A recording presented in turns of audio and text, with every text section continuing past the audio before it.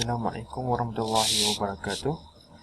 Nama saya Muhammad Afiq bin Zulkifli dan saya akan memperkenalkan ahli kumpulan saya, iaitu Afiq Mustakim bin Makno, Muhammad Faris bin Cik Raud dan Muhammad Syamil Hakimi bin Muhammad Fauzi. Seterusnya saya akan menerangkan mengenai pengenalan. Untuk pengenalan adalah tugasan ini yang dilaksanakan adalah untuk merancang pembangunan makmal dan bengkel bagi proses pengejaran dan pembelajaran yang mana mengikut aspek dan spesifikasi. Seterusnya saya akan menerangkan mengenai latar belakang makmal. Makmal ni adalah tempat untuk kita menjalankan aktiviti pengajaran dan pembelajaran secara hands-on ataupun technical skill kepada pelajar. Aktiviti yang dijalankan ke atas makmal mesin ini adalah untuk menghasilkan sebuah litar untuk mengawal mesin. Seterusnya saya akan menerangkan mengenai peraturan keselamatan makmal dan bengkel. Pada bahagian ini terdapat 6 peraturan yang terlibat dalam keselamatan makmal dan bengkel. Yang pertama adalah peraturan am keselamatan makmal dan bengkel, iaitu setiap kaki tangan yang bekerja di makmal atau bengkel dikehendaki yang pertama, menumpukan sepenuh perhatian semasa bekerja, sentiasa menggunakan akal fikiran yang waras semasa menjalankan tugas, memahami tahap bahaya penggunaan yang digunakan, dan akhir sekali menggunakan peralatan mengikut manual yang disediakan. Itu sahaja daripada saya. Saya akan memberi kepada rakan saya untuk meneruskan slide pembentangan yang seterusnya.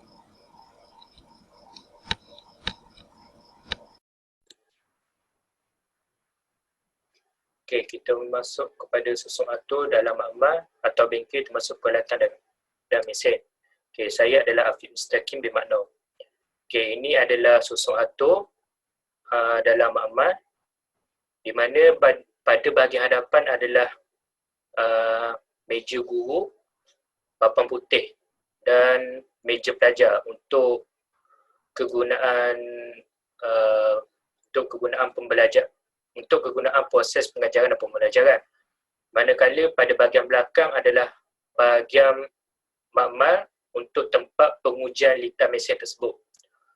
Di bahagian belakang terdapat 2 meja tempat pengujian litar mesin, dan pada bahagian kanan pula adalah peralatan dan komponen mesin tersebut.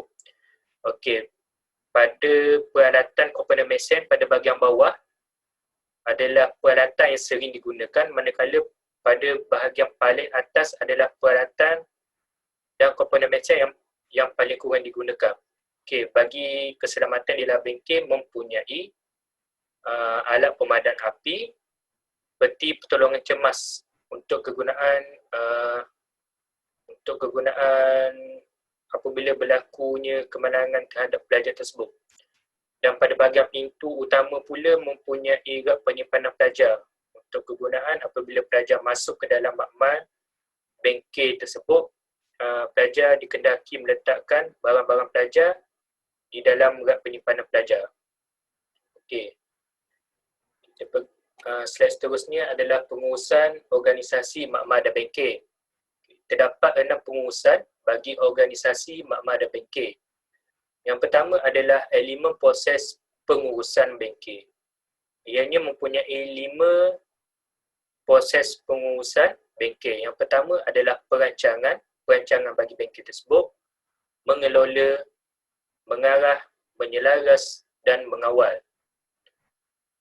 Bagi yang kedua pula adalah aspek bagi merancang dan mengurus sesebuah bengkel yang mempunyai 7 aspek. Aspek yang pertama adalah pemilihan bekalan dan peralatan kurikulum serta aspek perlindungan keselamatan seperti yang saya ceritakan sebelum ini. Yang kedua adalah merancang kemudahan di dalam bengkel tersebut. Yang ketiga adalah mengawal bahan. Yang keempat, penyelenggaraan dan rekod penyelenggaraan terhadap bengkel tersebut. Yang kelima adalah keselamatan dari segi aspek fizikal serta peraturan sedia ada. Okay, yang keenam adalah pengurusan kaki tangan terhadap bengkel dan agihan peruntukan kewangan. Okay, bagi yang ketiga pula adalah struktur organisasi bengkel. Struktur organisasi bengkel seperti yang kita lihat adalah, yang pertama adalah penasihat, pengurusi, ketua panitia, setiausaha dan AJK. Okay, saya akan pergi kepada setiap organisasi bengkel tersebut. Okay, bagi bidang tugas penasihat adalah membantu menentukan bidang tugas yang terdapat dalam bengkel. Okay, bagi tugas pengurusi pula adalah memastikan peraturan keselamatan sentiasa dikemaskini. Okay, bagi bidang tugas panitia adalah menjalankan kerja yang diarahkan oleh pengurusi tadi. Okay, setiausaha adalah menyiapkan laporan dan minit mesyuarat. Dan yang terakhir adalah tugas ahli jawatankuasa, di mana adalah memastikan peralatan dalam makmal dan bengkel mencukupi. Okey, itu sahaja daripada saya. Terima kasih. Assalamualaikum, nama saya Muhammad Faris bin Fidaud. So saya akan menyambung pembentangan berkaitan dengan kod keselamatan makmal dan bengkel. Okey, kod makmal dan bengkel ni dia perlu dipamerkan di setiap makmal untuk makluman dan tindakan kepada semua tugas serta pelajar. Okay, antara peraturan yang perlu dipatuhi adalah pengguna perlu menggunakan teknik yang betul. Okay, jika mereka kurang pasti dalam penggunaan dalam bengkel, dia perlu berbincang dengan orang yang berkemahiran dan pengetahuan seperti penolong makmal dan penolong jutera. Okay, seterusnya cermin mata keselamatan dan pakaian pelindung yang disediakan mesti dipakai untuk mengelakkan kecederaan berlaku. Okay, dilarang merokok dalam makmal kerana kesan rokok ni jika ada bahan api menyebabkan kebakaran. Okay, dilarang makan, minum dan bersolek di dalam makmal. Dilarang bergurau di dalam makmal. Okay, bergurau ni kalau kita bergurau dalam makmal, kita akan menyebabkan berlaku kecederaan antara satu sama lain. Okey, peraturan seterusnya ialah peraturan am bekerja di makmal dan bengkel. Di antara peraturan am semasa bekerja ialah kita perlu memastikan alat pemadam api ditempatkan berdekatan dengan pintu, memastikan tempat bekerja mempunyai peti pertolongan kemas yang lengkap, sentiasa memakai kasut bertutup semasa bertugas, memastikan pengatur udara termampak di dalam makmal dan perlu ditutup setiap kali kita selesai menggunakan makmal. Seterusnya ialah keselamatan di bengkel.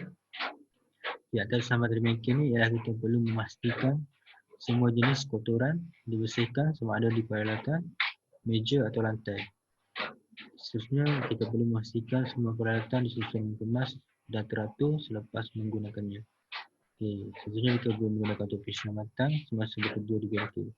Topi keselamatan ini dapat mengelakkan kita daripada tercedera di atas kepala apabila melakukan kerja-kerja tinggi ataupun kerja-kerja berat.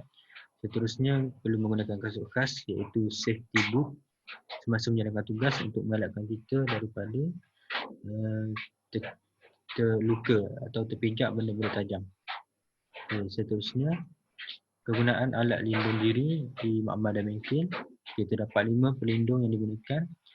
Antaranya ialah pelindung mata, pelindung muka, peti pertolongan kecemasan, pelindung telinga, pemadam api mengikut jenis yang bersesuaian dengan makmal. Untuk pelindung mata ni untuk melindungi mata kita daripada sebarang benda tajam atau semasa penggunaan mesin. Pelindung muka ni untuk melindungi seluruhan wajah muka kita daripada sebarang kecederaan seperti kalau guna mesin akan keluar spark ataupun api, percikan api. Peti pertolongan kecemasan ni untuk memudahkan kita mendapatkan rawatan sekiranya kita mengalami kecederaan. Pelindung telinga ni untuk mengurangkan bunyi telinga kuat. Contohnya penggunaan bengkel mesin ni dia mengeluarkan bunyi yang kuat juga untuk setiap kita menggunakannya. Untuk pemadam api ni dia perlu mengikut jenis yang bersesuaian. Kebanyakannya menggunakan pemadam api sebut kering kerana dia sesuai untuk jenis-jenis yang berada di jenis-jenis kebakaran yang berlaku semasa berada di bengkel. Seterusnya Penyelenggaraan makmal dan bengkel. Okay. Penyelenggaraan ini meliputi proses pembersihan atau menyelenggara di dalam makmal. Okay, aktiviti yang perlu dilakukan dalam penyelenggaraan ini ialah di mana kawasan kerja yang kita lakukan tu sentiasa kemas dan bersih sebelum dan selepas digunakan.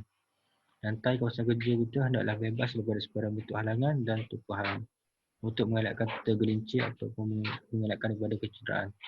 Dan semua peralatan yang telah digunakan perlu dibersihkan dan diletak semula di tempat asalnya. Okay, itu saja daripada saya. Bin Muhammad Fauzi dan nombor matrik saya DB180200. Okey, saya akan sambung bahagian strategi organisasi dan pengurusan bengkel. Okey, yang pertama sekali adalah penyentuhan manusia untuk melakukan suatu tugas secara bersama. Maksudnya kat sini ialah kita perlulah bekerjasama untuk melakukan tugasan. Okey, yang kedua adalah tempat menukar ilmu supaya proses pengajaran dan pembelajaran berjalan dengan lancar.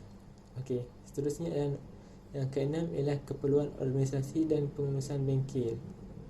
Antaranya ialah rangka bentuk bengkel, pendawaian,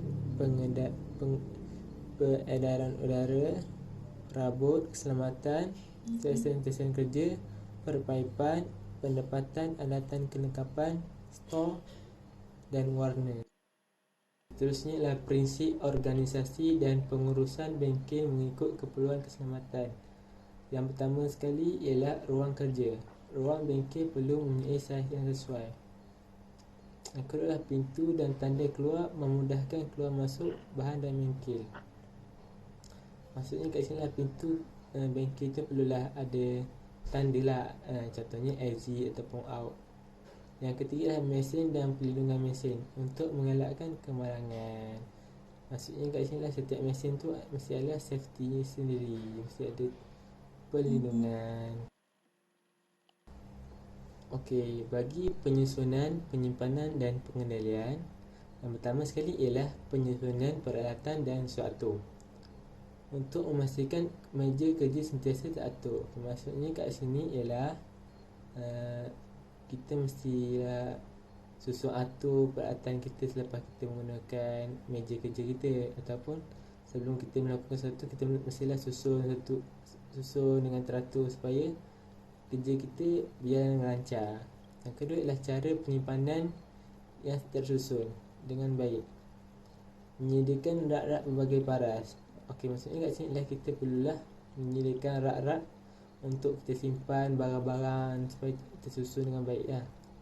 Okey, yang ketiga ialah pengendalian bagi makmal dan mesin. Gunakan buku panduan semasa mengendalikan alat elektrik. Okey, dengan ini secara kesimpulan kami dapat merancang pembangunan makmal dan bengkel untuk pengajaran dan pembelajaran dengan baik mengikut aspek yang diperlukan.